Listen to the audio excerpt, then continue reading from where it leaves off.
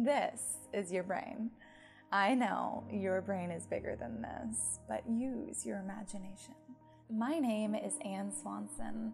I am a yoga therapist, and I'm going to tell you a little bit more about how yoga and meditation can help your brain function at its optimal level. So right here, you have your spinal cord coming up to your brainstem, and in the back here, your cerebellum. The brainstem and cerebellum together make up the instinctual brain, that primal part of your brain that keeps you alive with your basic functions, things like your respiratory rate and your heart rhythm.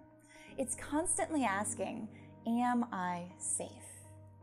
And then if we were to cut into the brain and see underneath here, we have the emotional center of the brain. This is the limbic system. And I remember it's called limbic because of limbic love. It is the part of your brain that's responsible for love and fear. And this part I'm pointing at right now in red is your amygdala, or fear center of your brain. And then up here, we have the hippocampus, which is the area that is involved in developing memories. When you're dealing with trauma, chronic pain, mental health issues like anxiety and depression, these areas are greatly affected, so that your fear center tends to take over and your memories can be fogged with those conditions.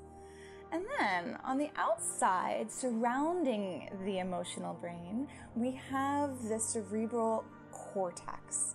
This is the wrinkly part of the brain on the outside.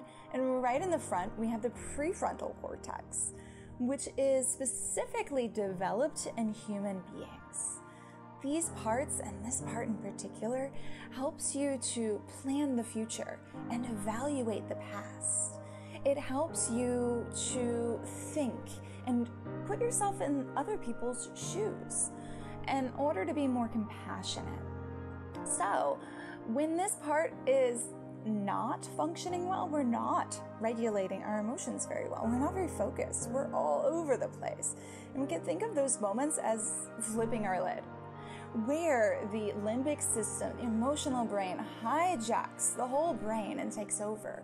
And we're taken over by fear and that scattered feeling. But if you fully develop your capacity to focus and to regulate your emotions, like through yoga and meditation, research has shown that these practices help to develop activity in these areas in a way that helps you regulate your emotions. Then you can be in this state more often, this state of connectivity, this grounded state of being. And now there may be times where you feel like you're about to flip your lid. But through the practice of yoga, you learn tools in order to notice those moments and then be able to come back more often. And I made you a summary of all of this in a free PDF handout. You can download it for free in the link below, and this will help you review, but also I'll give you the rights to be able to use this for educational purposes. So make sure you look below.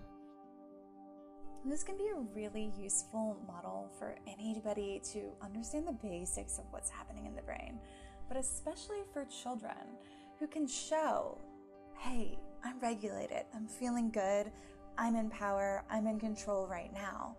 Or, I don't know, I feel like I might lose at any moment, I'm on the edge, right?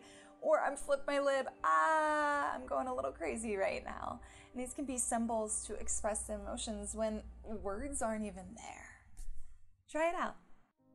And if you are fascinated by the science of yoga and meditation, there is so much more. The Science of Yoga online course is opening up soon, so look below at the comments and be well.